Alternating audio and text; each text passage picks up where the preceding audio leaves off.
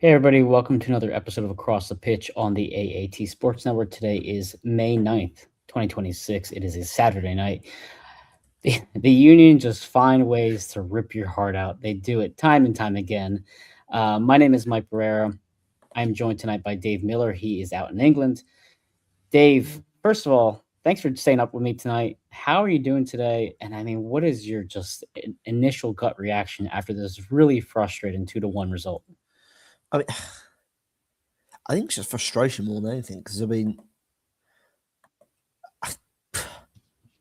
I honestly, I'm just gobsmacked at how that has happened. I mean, again, like the defining moment of this game was actually Alado having an open goal and then somehow a defender blocked it and they go down the other end and equalise, and that just completely flipped the script of the game. I mean, the Union were literally on the brink of going 2 goals up, probably going to get a massive away win, a much needed win, and then within a minute they're 1-1 and probably pretty much back to the wall for the rest of the game, trying to make sure to get a point. I think before we went live, as the story of the season, really just keep on finding ways to drop points, lose games, and it's just more frustrating than anything. It is. So it's funny. I mean, I was on Twitter all night, and a couple comments I'm going to bring up before we get into the deeper part of this conversation. So for those of you who are watching on YouTube, I am currently wearing a Chris Donovan Louisville City kit. It was done as a joke, honestly. It's like, yeah, whatever. He's had a decent season so far. But as Joe mentions, wearing a Louisville City kit after they lost 2-0 against Pittsburgh. Listen, Joe, if we're gonna do this show, we might as well at least have some fun doing it. But then, as I was on Twitter and obviously like live reacting to everything, Danny, his handles Rage Inc. says, "Hey Mike, how do I feel like your AAT podcast is going to have the same exact conversation as we had last week? We just can't score. Subs were useless, and that's how it feels, Dave. It feels like I'm having the same exact conversation every day. It feels like the commentators who don't have a good grasp on what Philly's doing every single week are having the same exact commentary every single week. I feel like the players are it's the same exact result. I know teams struggle, and I know sometimes there are certain flaws that are glaring throughout an entire season. We see that in every sport, right? Yeah. But the Union seem to lose in the same exact way every single time. And before you and I continue this conversation, I do want to bring up a couple comments. Valerie joins us, just a sad face. Yeah, that's how I feel as well. Lord of Olympia, kind of piggyback on what I'm saying here. Groundhog Day, late goal, and forwards shooting blanks. We're going to talk about one of those forwards tonight for sure. Lord of Olympia, Ezekiel Aldo had a night to forget, but also a night to remember. I guess depends on how you want to look at it. T Mac says, "Props to y'all for doing this. This team is so painful to watch this year. I'm jumping at any chance to tune out games." Listen, T Mac, I try to watch every second of a game before I go live. Obviously, I want to be able to sound like I know what I'm talking about to some extent. 89th minute, I was like, I'm just walking away. I didn't watch any of the stoppage time. I didn't. I couldn't do it. It was just I got myself a soda and just tried to mentally decompress for a few seconds. Colin also joins us tonight. Classic Union under Carnell game. Can't finish. Frustrated and nothing's going to change. Again, a couple great comments. We'll get to as many as we possibly can. But Dave, let's focus on the starting 11 to start tonight's match like we typically do. Bear with me one second. Blah, blah, blah. Okay, we had Andre Blake in net. We had Harriel, Macania, Martinez, and Westfield left to right. Of course, Gagne Martinez earning the start because Sari Larson has a shoulder injury. The midfielder was Lukic and Danley Jean-Jacques. You had Kevin Sullivan and Indy Vasiliev as your attacking mids. And then you see Ezekiel Aldo and Milana Lasky earning the starts up top. Now, Bueno, of course, still hurt with an ankle injury. Dave, your thoughts on tonight's starting 11, considering the injuries and considering the opponent you're facing tonight? Uh, I mean, to be honest, I think it was pretty much what you would expect. I mean, with the players you had available. Obviously, I wasn't available for the show last week, but that sounds harsh here, but it's sort of ironic in the sense that if the Union hadn't have, gotten Sari Larson's red card rescinded, he's probably available to play this week. He's probably not injured. He's probably available to play this week, which is a catch-22, isn't it? I guess. Wow. Yeah. Looking back in hindsight, I mean, Captain Hindsight over here, but I think it was pretty cut and dry. What you would expect. I guess it was probably a coin flip between Aldo and one of Damiani or Nello up front alongside Dolosky. It was probably, but I think apart from that, it was probably what you'd expect, man for man, Mhm. with what was available to them essentially. Yeah, no, I agree with you 100%. And a couple comments that kind of just piggyback off of what we're saying here, and we'll discuss more of the lineup. SC says offensively, got to be the worst Union team of all time. T Mac also says own goal has been one of our most crucial attacking threats this year. He's been excellent. That's very funny, T Mac. And then Eric joins us tonight. Eric, I know when things are really great or really bad, you're gonna hop in the comments. I really appreciate it. It's been 5 years now, buddy. So thank you for hanging out. He says, God bless you for trying. I walked away. Playing in traffic is more fun than watching the scene. So again, back to the offensive woes and to what you're talking about, Dave, as well as the lineup here. I think we had a conversation multiple weeks in a row. When is Bruno Damiani going to get the bench? Can we see more of Alado? Not that we want to see more of Alado, but listen, we paid him a lot of money. We got to see what he can do. Yeah, He gets a start tonight. Again, fairly invisible. I think if you're looking at the starters tonight, who played the best, Kevin Sullivan played pretty well. It was very clear from the first 15, 20 minutes, if not more, that the Union were trying to attack down Kevin Sullivan's side. And also, we saw a really good performance today from Nathan Harrell. I think as a whole, I thought he played fine. But I do like to see Nathan and Kevin playing together on the left hand side. I think they flow together well. Nate looked more comfortable out there. Obviously, Frankie Westfield has the better right foot compared to the two of them. We tried the opposite way beforehand, wasn't working out. So I'm happy to see this so far. But Dave, just let's discuss the first 15, 20 minutes. We'll get to the Frankie Westfield injury, of course, in just a few moments. But your thoughts on how this team looked in the first 15 minutes? Because for me, it just seemed like the same old, same old. it was very much like most of the first half. It was pretty. It was steady Yeah. and unforgettable in a sense that it wasn't. You didn't really. There wasn't really much offered going forward. I mean, like the Union didn't have. I think the Union had a shot on target entirely the first half. Well, or at least until the Alado chance. So I mean, it was a pretty unforgettable first half. They really didn't trouble New England much, but then I guess on the flip side, New England didn't really troubled the Union too much either. I mean, it was one of those sort of where both teams were trying to sort of fill each other out, trying to try and get balls in behind. And to be fair, I thought the Union did okay for the most part defensively in that first half. There were a couple of moments where they got in behind a little bit or they were a bit scattered, but they dealt with the repercussions. I thought kind of did well tonight again. But yeah, it I was thought he just. did too. But that 15, 20, it just was nothing happened. I mean, I don't know if it was perhaps just after the 20th minute, maybe pushing the 30th minute. I think there was that one snapshot from the edge of the box, one of the New England players, where it just sort of was stung the palms of Blake going to the bottom corner. But apart from that, nothing really happened apart from the Westfield injury. No, it was kind of a boring game overall, up until the final moments when the Revolution decided to stop playing with their food. But in the first half, since we're talking about the first half, you had 5 total shots from the Union in the first 45 minutes. You had 0 shots on target, 9 touches in the opposition box, 0 big chances created.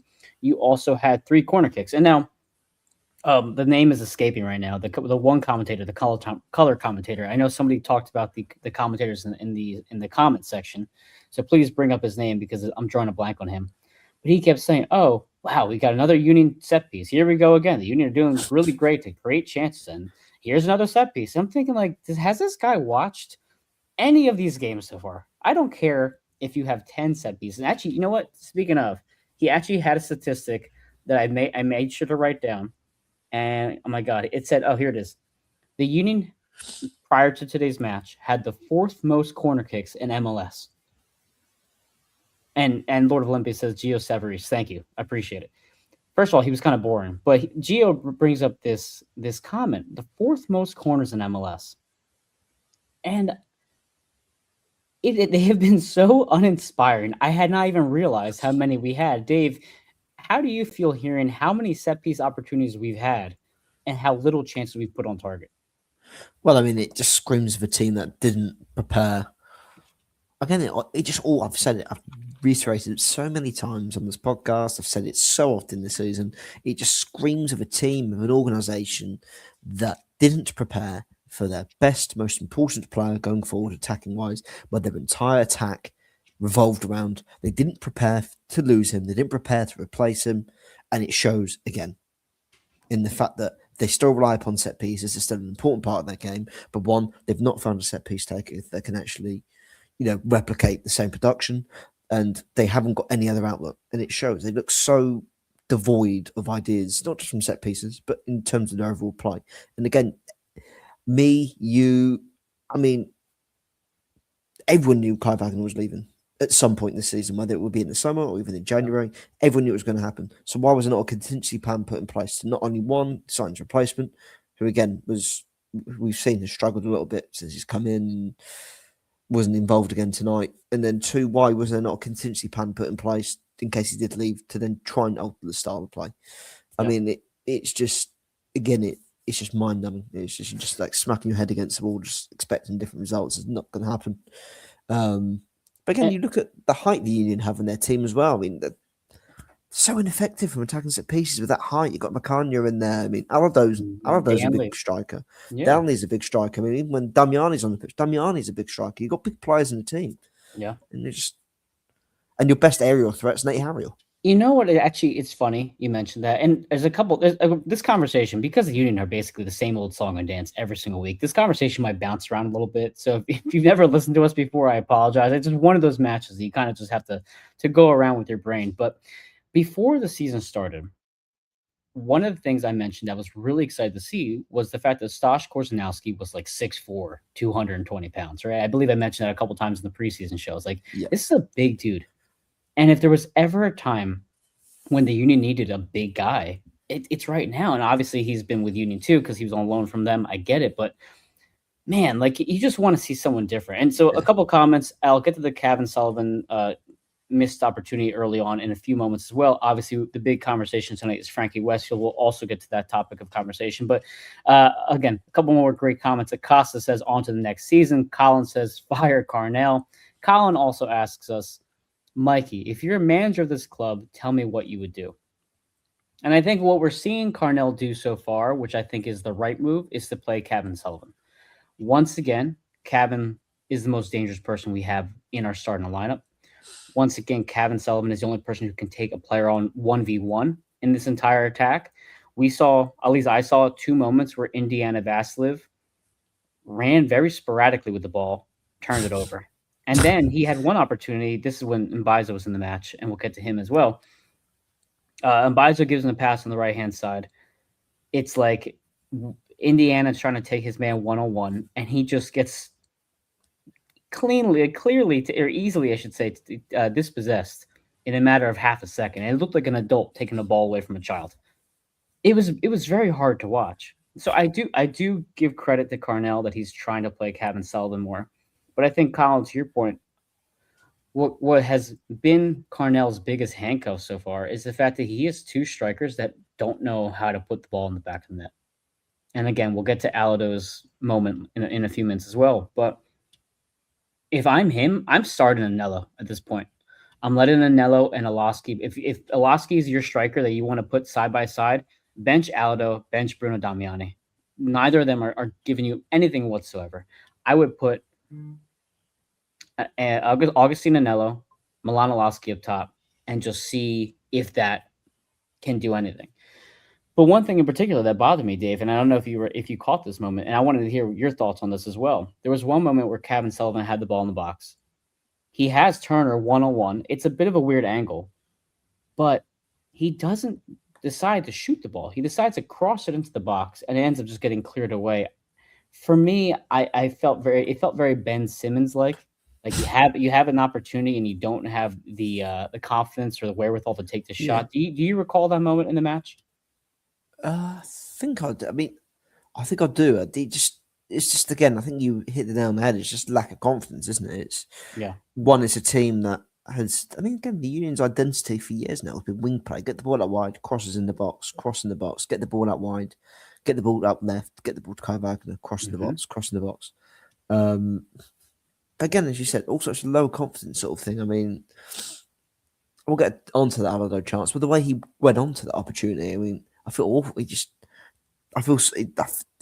for him and Damian, it's just a case of you're hoping that once they get off, once they hit the back of the net once, the goals will start to trickle in and start to fly. But it's just one of those ones. Even that was a chance where that was a striker, low in confidence where he's tried just to pass it in rather than just absolutely smack it as hard as he could, and just knowing that putting it with no doubt, probably fearing that he might miss the target. Maybe and this is it's clear that Union have got there was a lack of confidence in this team at the moment. Yeah, But very again, much I so. just wanted to quickly go back to your point about stars up front. Yeah. I mean, you've alluded to it for a long time. Union have not found a replacement for Corey Burke, a disruptor, an agent of chaos that when you need to get a goal or when to get in that penalty area and cause havoc, or even in games like tonight where your back's going to be against the wall at times. You're going to have to you're going to have to Mhm. hold your own. Having a big, massive lump, having a big target man up front who can not only one hold the ball up, alleviate pressure, but two take one or two defenders out of the game because they have to cover him, which then occupy space for the smaller Olosky or the guys out wide.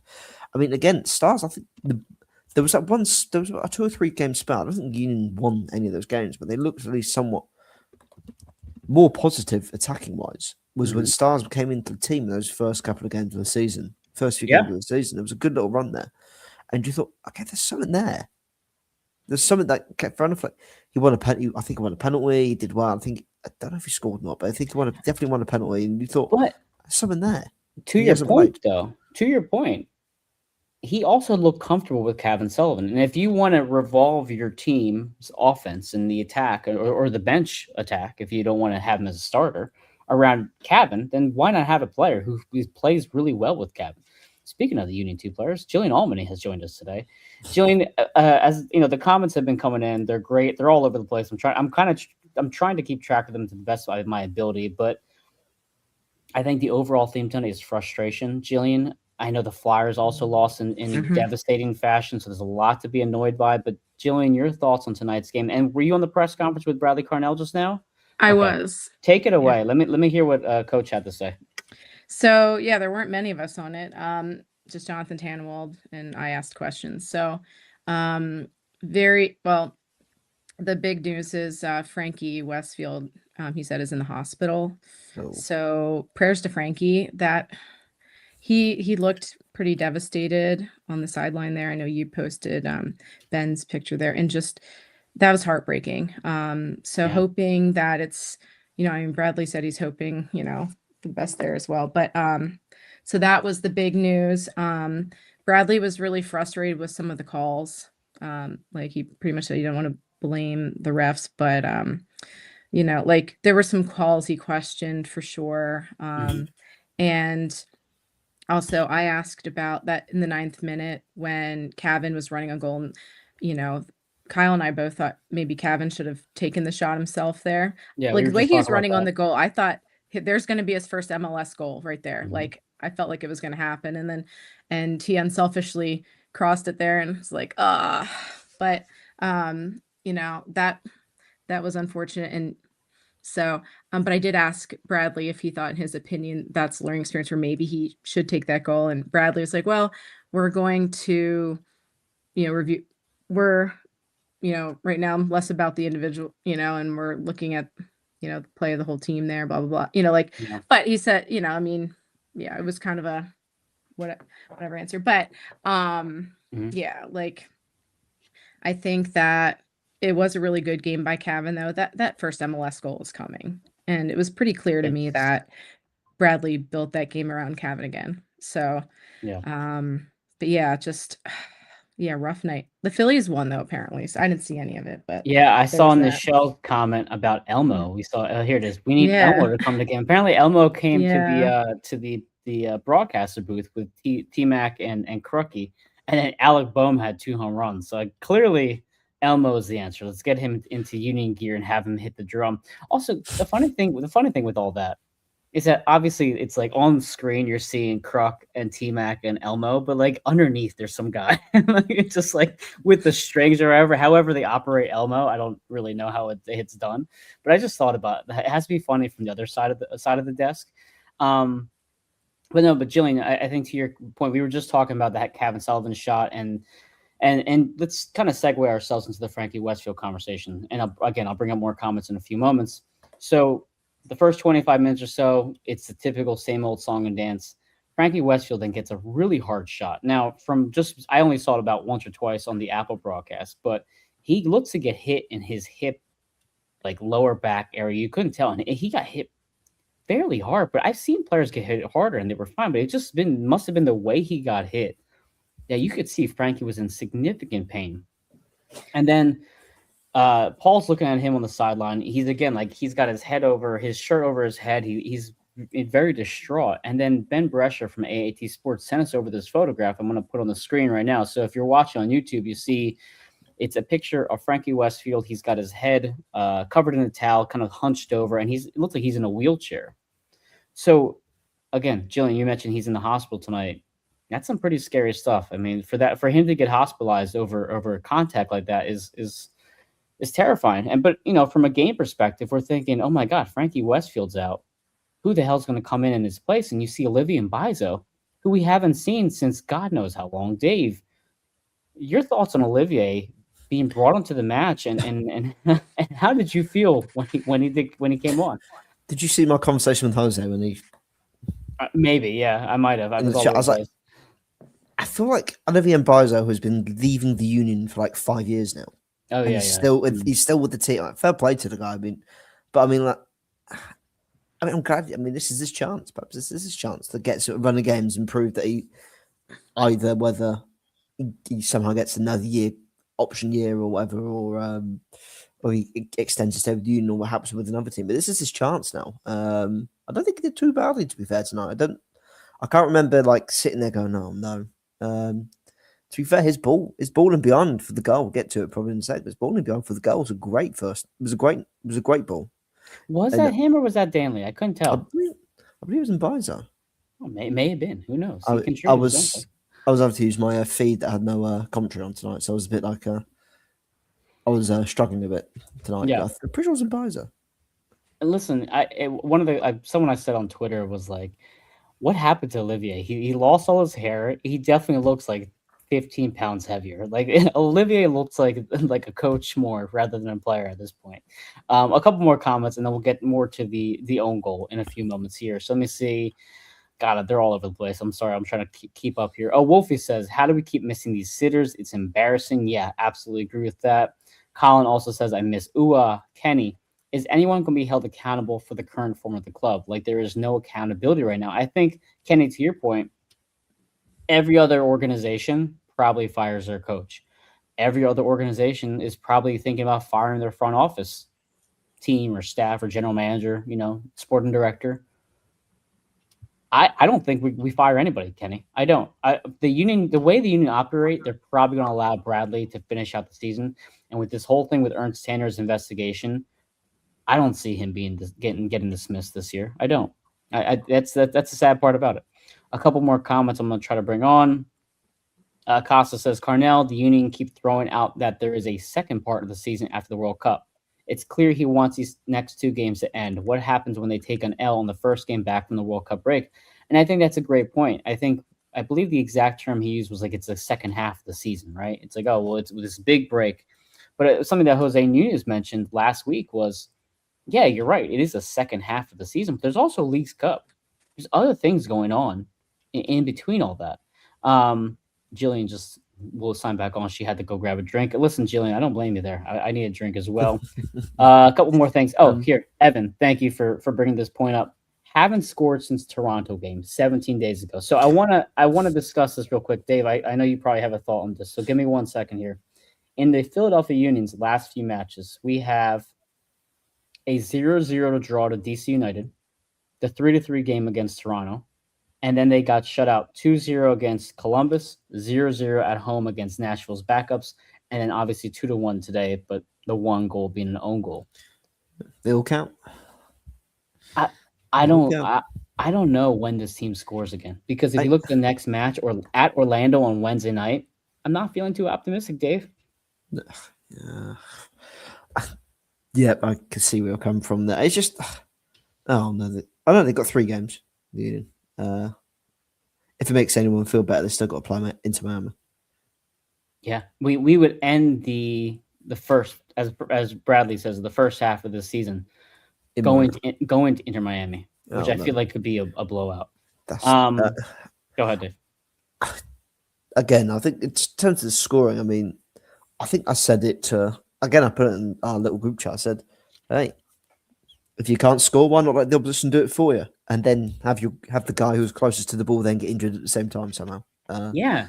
I don't know what happened there with Losky, but Well, that's the thing too. So we had the Frankie Westfield injury, and then you have this fluky own goal from Sands, and then you see Milanowski get taken down in the box and grabbing his elbow. You're thinking, oh my god, if we're gonna lose him too, this is just the worst of worst possibilities, despite us being up 1-0. But Wolfie brings up a good point that I was thinking about as well. I'm surprised that Bender didn't come on and move Nate over. Jillian, I want to hear your thoughts on Wolfie's comment, whether you thought maybe that would have been the better idea, but also we haven't seen Olivier in quite some time, and he played some pretty considerable minutes tonight. Oh, you're on mute, Jillian. Yeah, yesterday I was at training and you know, of course I saw Bizo there too, and I'm like, oh, I actually see Bizo. But yeah, honestly, I thought maybe instead of that, maybe you bring on Finn too. Finn's actually been playing really well with Union 2. I think he's really coming along nicely. He and Rafael Uzkateki have been very good in the back line there, and he has played outside back too. But you could move like Nate over and play Finn even. You could move some things around, but like but yeah, Bizo, I mean, before even that happened, I was like, oh, Bizo's on the bench, you know, maybe he'll actually get in. But yeah. I mean, Bizo wasn't terrible, but he didn't really do anything that impressive either, I guess. But No. New England were really attacking that side as you think they would, given all of that. So unfortunate. Oh, yeah, and sorry. Just I feel like you take Frankie out of there, and I feel like a lot of the heart left the field. So just everyone's kind of, and I'm thinking, okay, guys, you gotta go win this, you know, see this out, or else all this injury, all this stuff is for nothing. So but yeah, I was kind of surprised it wasn't Ben Bender actually the way it went, but yeah. And I want to bring up a couple more comments because I feel like I want to get people's frustrations on the screen as much as we possibly can. I mean, we talk a lot about this stuff, but it's clear there's a lot of strong opinions tonight. But I think, Jillian, to your point, Kenny adds, the Union don't have an engine anymore. Kai Wagner was the engine that ran this team. He created chances more than anyone. Now who does it? No one. And I think not only when you're talking about a crossing ability, but from an engine or a fire or a heart of the team, I think Frankie is that. I think Frankie does bring a lot of spark and energy to this club just from the way he plays the game. So you 100%. lose him, and you, I think as I was watching that game, like, okay, how is this team going to generate offense? Nobody can take somebody one-on-one. You can't generate anything through the middle. We know Nathan Harriel can't cross anything with his left foot. We know Olivier Bizo's crosses, and I think there was a couple comments a few moments ago about Olivier, how much he's regressed over the years. Why not bring Bender in and put him on the left-hand side and then put Nate on the right? I mean, the one argument for that is, well, then you have behind Kevin Sullivan, you have Ben Bender as your defender. But at the same time, you're dead last in the Eastern Conference. What hurt is it going to do to try something different? Because whatever you're trying to do right now isn't working whatsoever. To your point, Jillian, I think the last time we saw Finn in an awkward position was the first match of the season at DC, right? Frankie goes down, similar situation. Finn gets put at left back, gets hurt, doesn't have a great game. But as to your point, he's done better. He's obviously healthier now. So if I'm a fan or if I'm a coach watching this, okay, let me weigh out my options here. I have a 20-pound heavier Olivier Bizo who hasn't played any meaningful minutes since Defense Force. Maybe I think he might have seen time. Or you have Finn Sundstrom, a guy who's been playing Unit 2, playing regularly, has some promise. He's younger, and he might offer a little spark that Olivier just doesn't bring. Because that's the thing, is Olivier, there was a couple moments where Olivier passes the ball, and he's just walking his ass along. He's not running. He's just taking his sweet time out there. I mean, I think, Jillian, that's a great point. Why not try to bring Finn on? Couple comments here. Again, we want to make sure everybody has a chance. Lord of Olympia says, was Mbiza rinse on the Langoni goal? I thought Nate was in front of Langoni when he scored that goal. I'm not sure. I have to watch replay. Maybe one of you guys can remind me on that if you can think of it while I'm looking through more comments. Other things. Let me see. Sexy Hoagie says, what's the point? We're in last place. I'm not sure what comment that's to, Sexy Hoagie, but it seems relevant for every single comment. Evan says, this just feels like every game is a giant snooze fest. It's generally not a fun team to watch. Absolutely agree with that as well. You get some Flyers shirt love there, Jillian. It is a nice shirt. I wish they had one at least. It's Beachkov on the back. Yeah. Oh, is it? Okay. Mm-hmm. I hope he has a better 2027. Okay, so let's get to the goals now, or the Alado chance rather. So we get to the second half. We're only down 1-0. Kevin Sullivan once again doing things to create opportunities, and he gets a good cross into the box.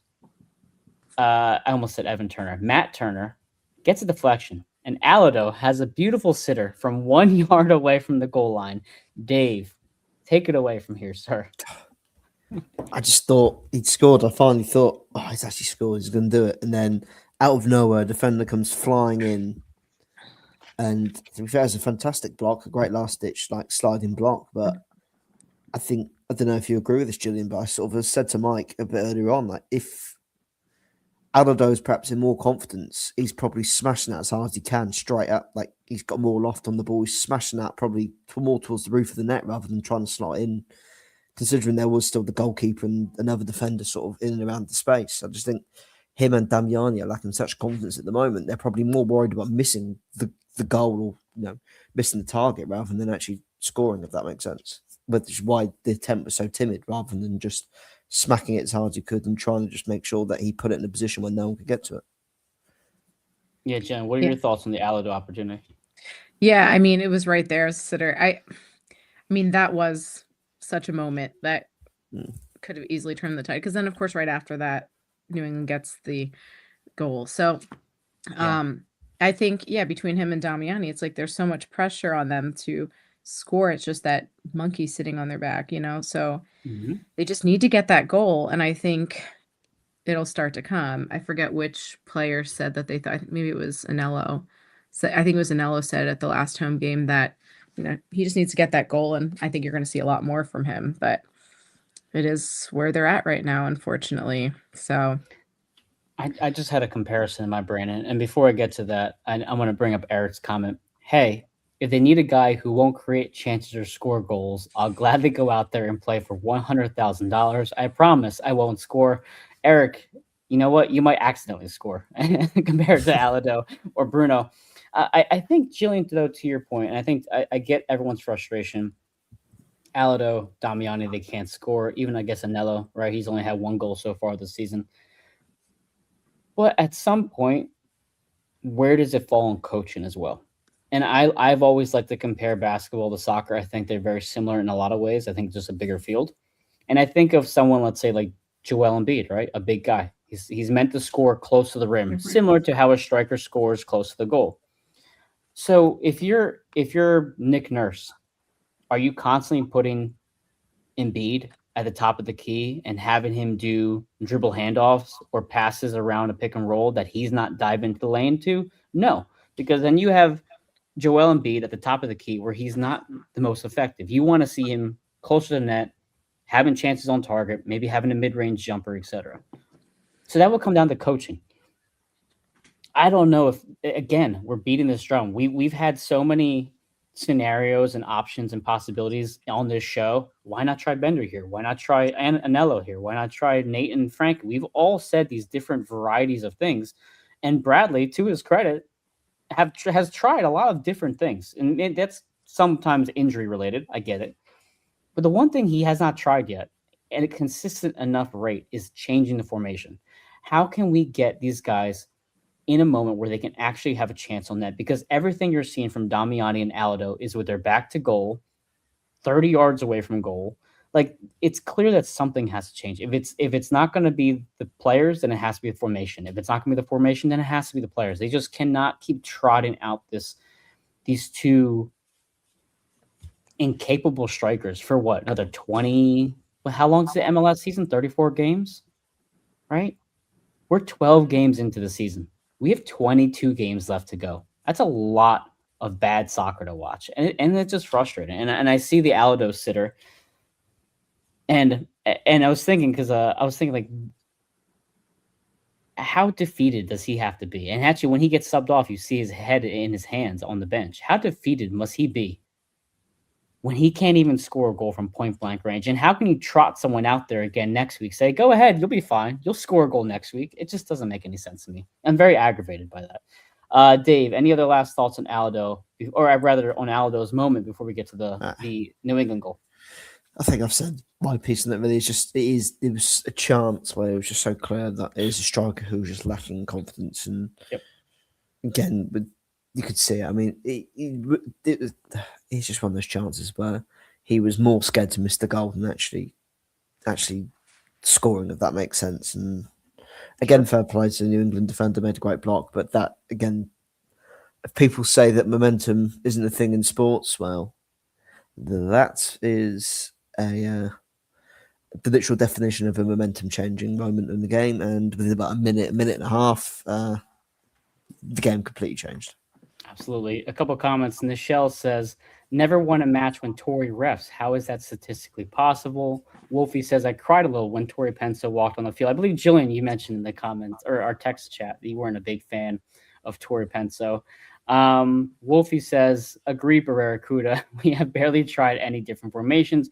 Duncan adds, I think Aldo could be a goal or assist away from being a potentially good striker once we get some creativity around him. His passing, hold-up support, and movement were good overall. This coming from someone who had to listen to Makanya hate consistently and still stood by him stepping up. And yeah, you know what, Duncan? Daniel Gazda's first season was pretty poor overall, and then he ends up having a better second year. He's also surrounded by some better players. I think that's super fair. We haven't seen a lot of him, but at the same time, he hasn't impressed in his limited time. Now let's get to the Langoni goal. So, Jillian, you see the moment from Aldo. Langoni puts a beautiful strike on Blake. How are you feeling now as a Union fan, thinking, oh, this is just typical Union ways here? Yeah, just seeing that go by and Andre just stand there like nothing he could do. Just like, I was just like, and like, it's just like, go figure. Saw that coming almost. Like, it's gotten to the point where it's like, yep, there it is. That's how I felt there. But yeah, I mean, it was frustrating. And also back to the point you made earlier, I'm all about the girl power, but yeah, Tory Penso has been kind of brutal. I am all for females like doing their thing, girl power all the way, but girl, it's kind of brutal. Yeah. So I don't know. That just felt like it was coming though, honestly. Yeah. It felt like the momentum had swung so heavily once Frankie came out in particular. It was just like, okay, 100%. Now they're ready to take over. And listen, even though we did hold them to technically no goals in the first half, once Frankie gets taken out, it was clear that the momentum had swung in that direction, and New England looked much more comfortable in the attack, and they had some pretty solid chances. They just weren't able to finish him, unfortunately. So then we see the subs come on. Bruno and Anello come on for Olaski and Aldo. I was a bit annoyed by the Olaski injury. I would have rather seen Vasilev get taken off and leave Milan Olaski on there, but we know Carnell loves Olaski, or Vasilev rather. Also, it might have been due to the elbow. And then I guess we can fast forward a bit to the second goal. So it looks like you're about to walk away from Gillette Stadium with a 1-1 draw. Still not feeling great about it, but you at least would have left there feeling, okay, we got a point on the road. But Dave, Carlos Gil has not scored a goal against us in 17 matches. The commentators made sure to mention that prior to the game and jinx us. Mm-hmm. And then you have a little bit of a scuffle, in front of Andre Blake. Mbaizo pokes it out, and Carlos Gil ends up knocking in his first goal against the Union. Your thoughts in that moment, sir? I mean, if any goal encapsulates the Union season, it's that. I mean, ball in the box, can't clear their lines, can't defend it. Defensively scrambled, 3-man inside the box, who no one's covering or accounting for.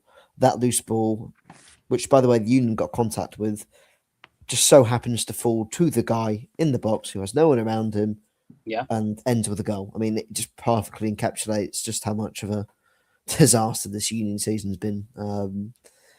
Again, no one covering. I mean, it was just hard. You could half see it coming. You just in the back of my head, I was just like, "There's going to be a late goal here, and they're going to somehow lose this game." And fair enough. Unfortunately, they did. Yeah. But again, it was just everything. Again, the Union defensively was scrambled, and it was just like watching them defend other goals they've conceded all season. It was just so. I mean, fair play to Carlos Gil, a great finish, but it was just so frustrating to lose a game in that manner again, where a free man inside the box has a free shot at goal and he scores it. I mean, and that was their danger man. But I And no one's think there. I think, Dave, to your point, and I'll ask you, Jillian, about the moment right there in a moment. But you had an opportunity where, Carlos Gil had an opportunity where the ball suddenly finds itself in front of him, and he finishes it without hesitation. It was similar in a way to Alado's opportunity. The ball unexpectedly comes to his feet, and he just can't. He freezes and can't finish. So you had, unexpected moments for two different players. One froze up and hit a player on the goal line, and the other one buried in the back of the net with confidence. And that was a really confident strike from Carlos Gil. It was a nice play. And it's just aggravating. Why can't the Union have someone like that who can finish as soon as the ball hits their feet? Or even the Langoni chance. Like, we've seen Milanowski take those types of chances before, more so last season where he's had some success. But it just doesn't happen as often as we would like, or even on target for that matter. Jillian, your thoughts when the Revs took a 2-1 lead? Oh man, I felt like that was coming. Honestly, I was just waiting for it. Like going into this game, I was kind of ready to just be like, hurt. I was ready for the Flyers to hurt me and the Union to hurt me, but I did not expect it to go down the way it did. And of course, there was that glimmer of hope, when the Union had the lead. And then there was the glimmer of hope when they checked VAR on that second goal. Oh yeah, But I didn't Fagundes. count on it getting Yeah. overturned because of course not. But yeah, it just when I'm just like, and there it is. And honestly, watching like the end of that too, I was like, get the ball to Malik and the kid will finish it. The problem was didn't really get any chances. Yeah. But because I've seen him do it many times, have really good finishes. Sure. It's a shame that Cavan wasn't on at the same time. But because Cavan's good at that. But honestly, yeah, it just kind of the end result was kind of what I expected it was going to be. I just did not see it going, like the game actually going the way it did there, with such losses taken in it, honestly. So yeah, that's what they do. They get everyone's hopes up and then think, okay. And honestly, like yesterday at training, everyone seemed like really locked in. Everyone was like, there's a lot of belief. And like, I talked to Malik about the game, and he mentioned about, their style of play and everything. And, he felt confident, if they could get those chances, they could finish them and everything. But yeah, just there was a lot of belief with them yesterday. And I felt like, okay, I think they're feeling good. And yeah, we saw what happened though. So. Well, a couple comments, but before I get to them, I think to your point, and something we've discussed a few times this season, is that MLS, because of their new playoff format, is pretty forgiving. And if you had left tonight with 1 point, you could have found a way to maybe get a point in Orlando, or maybe surprise, get a win in Orlando. Suddenly, you're only like 1 point back from the playoff picture. So I mean, I get what you're saying. It's also still really early in the season. Like I said, I think before you hopped on, or maybe while you were here, we still have 20 some games to go. Like there is still a long way to go in this MLS season. You string together a couple wins, and I mean, I have another statistic in front of me, but I'm going to shoot to the table real quick. You look at the Eastern Conference. This is a pretty weak Eastern Conference. I mean, I think it's probably the weakest we've seen in a while. Montreal, NYCFC's on the playoff picture. Columbus has been Atlanta United is a dumpster fire. Orlando is pretty inconsistent as well. They're 3-1-8 losses so far. I mean, Charlotte FC's had some pretty tough defeats. DC United somehow is in 4th place. I have no idea how.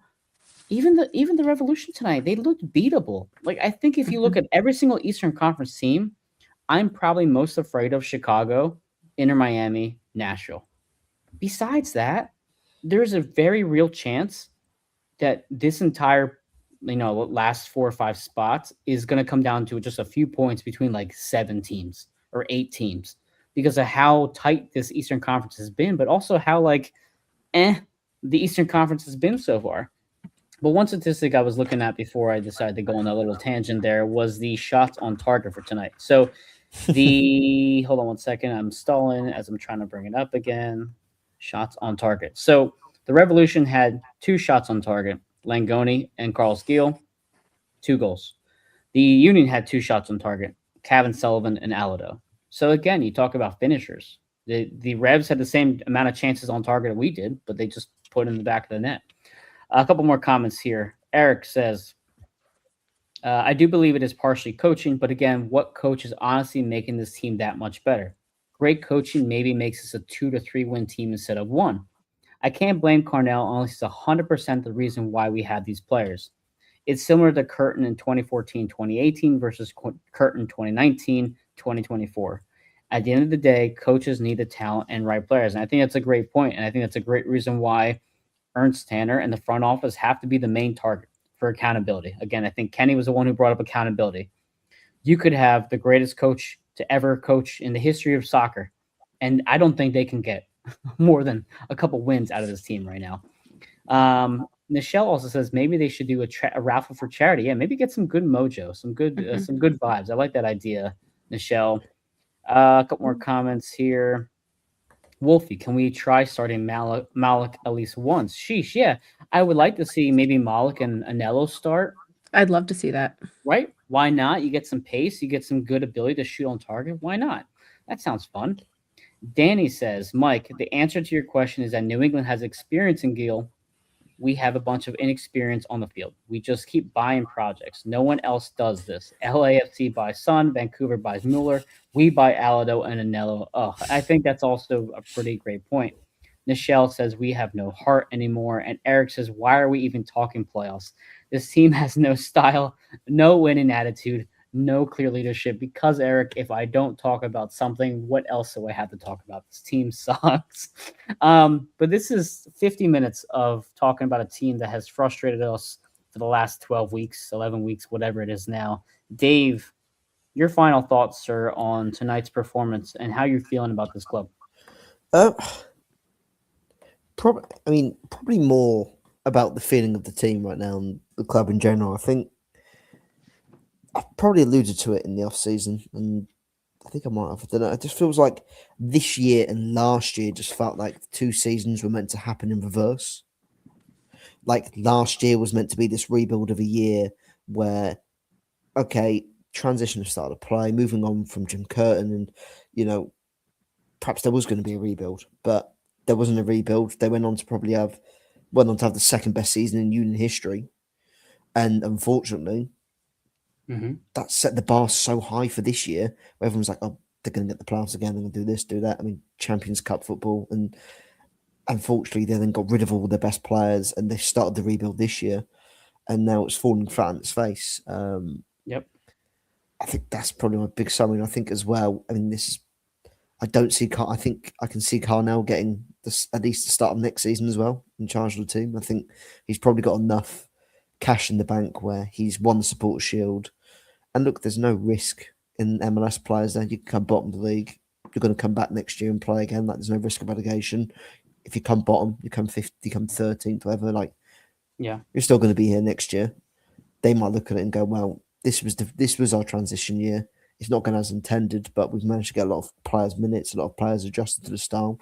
Let's go into next season and see how we do. And if again it's still a bit of a shit show like it has been to start this season, then you move off Carnell and you find something else. But I just think, God, yeah, I hopefully perhaps this World Cup break will do them a deal of good and they can actually get there on the training ground. I mean, let's be real. None of these guys, I'd be shocked if any of these guys go to the World Cup maybe Nate Harriel, maybe for America, I think is probably the only outside chance. But Danley's going to be with Haiti. Oh, Downley's Haiti, yeah, Downley with Haiti. Apart from Downley with Haiti, and perhaps Nate with outside chance, Nate with America, maybe, I don't know. But apart from that, I feel like everyone's going to be there. I think they might have to cancel their summer holidays or their breaks, and I feel like they might just have to stay on the training ground and try and work through this and try and either work out what's going to work with the players that are available to them, or whether Carnell just continues to be stubborn and tries to play his way because it clearly doesn't fit the group of players they've got. And whether they invest heavily in the off season trying to bring in new fresh players to revamp the team and give them a spark, who knows? But I think Carnell's got at least another year, a calendar year anyway, before he perhaps does lose his job. Well, I think the frustrating. Well, you talk about the rebuild, right? Yeah. Let's say this. Let's view this as a rebuilding season. Typically, with rebuilding teams, look at the Sixers, for example. I haven't really.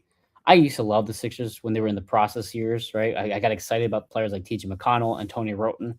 And even early on in Embiid's career, I got excited because he was an exciting player.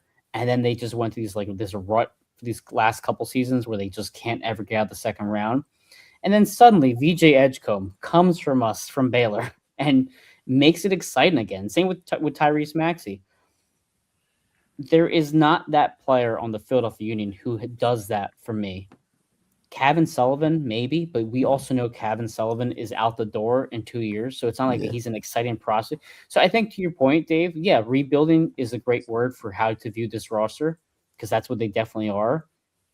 But if you're looking at the end of the season, who's going to be that young player? Because that's what Bradley Carnell loves to say. Well, Ndinga's young.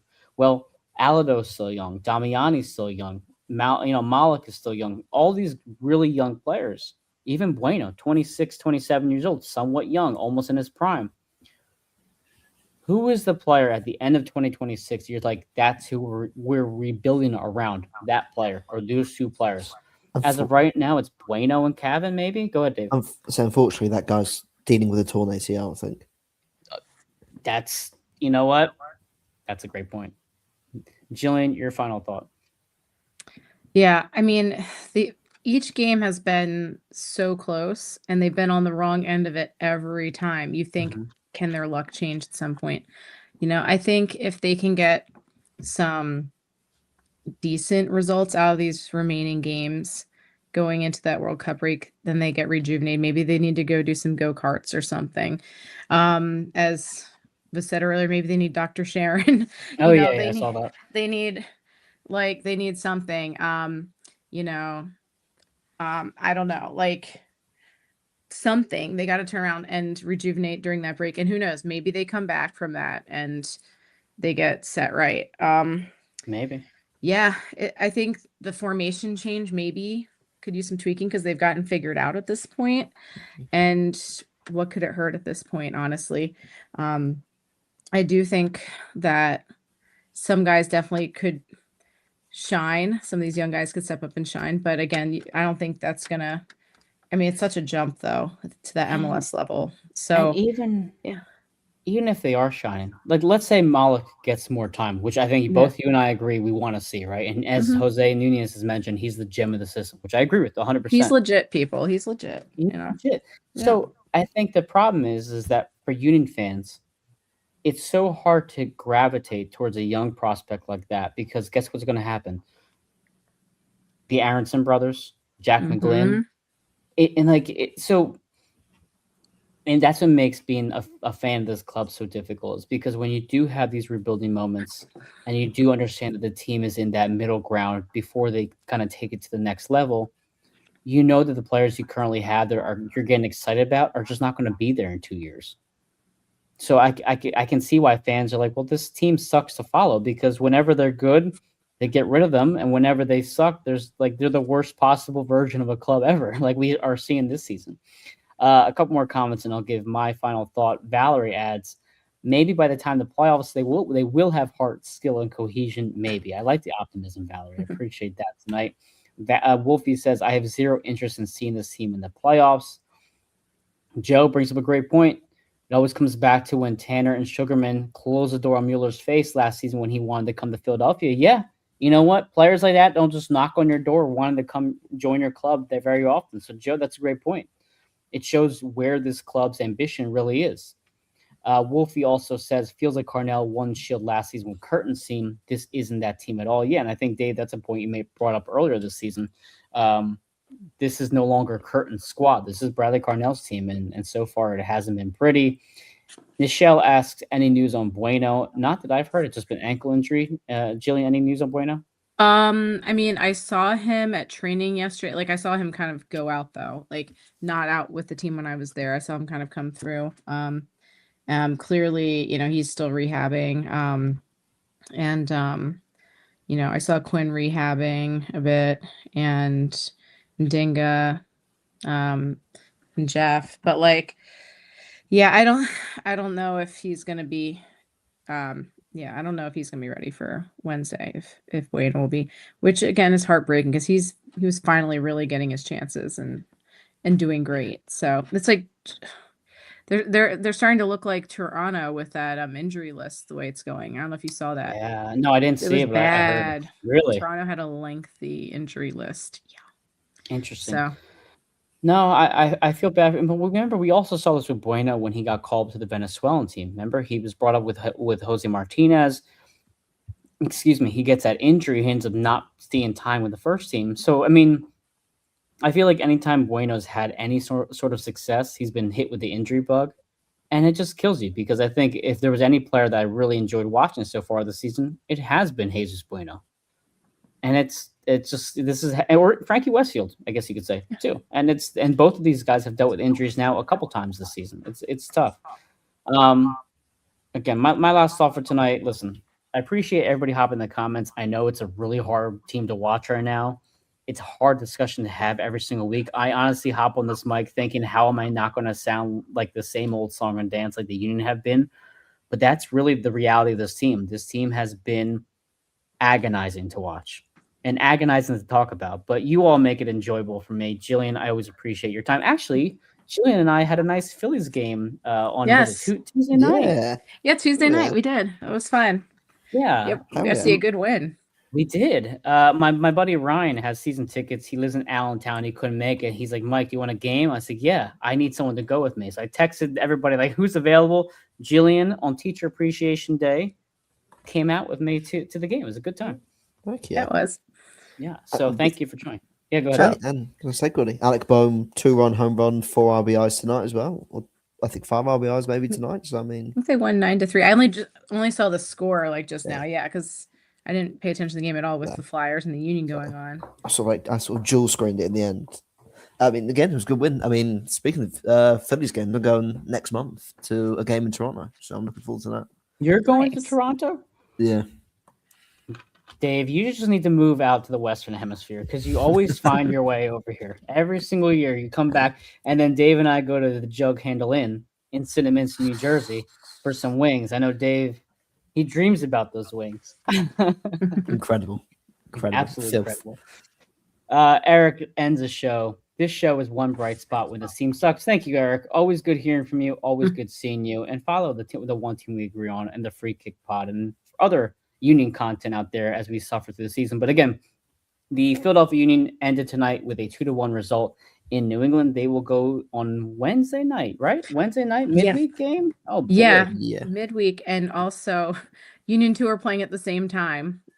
Good figure. Okay. They're playing against Revolution 2, New England Revolution 2 at 7 on Wednesday. And then you got the Union at 7:30 against Orlando. Their Union 2 is home, by the way. So if anyone wants to go out and catch Union 2 and watch that instead of the first team, maybe.